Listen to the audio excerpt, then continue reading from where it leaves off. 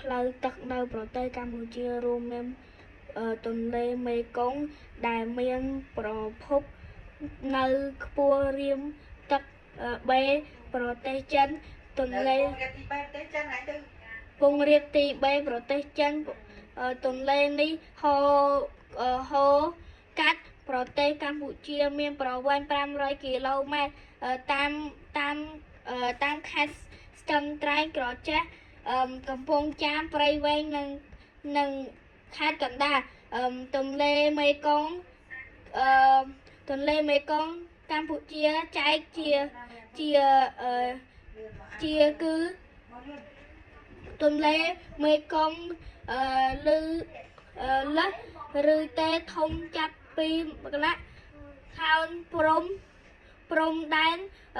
ទំនប់ប្រទេសឡាវមកដល់ភ្នំពេញនិងទន្លេមេគង្គក្រោមឬទន្លេពីភ្នំពេញដល់ព្រំដែនវៀតណាមគាត់កាត់តាមអ្នកលឿង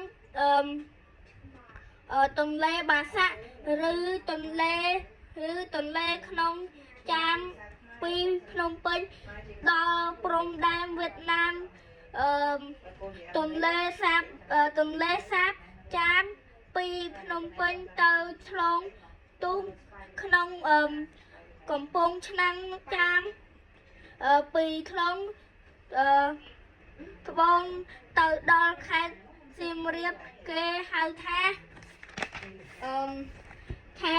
បឹងទន្លេសាបដែលជាជង្រុកត្រីប្រទេសកម្ពុជាមានរាជធានីភ្នំពេញនិងមានខេត្តចំនួន24គឺជាខេត្តកណ្ដាលតាកែវកំពតកែបព្រះវិហារកោះកុងកំពង់ឆ្នាំង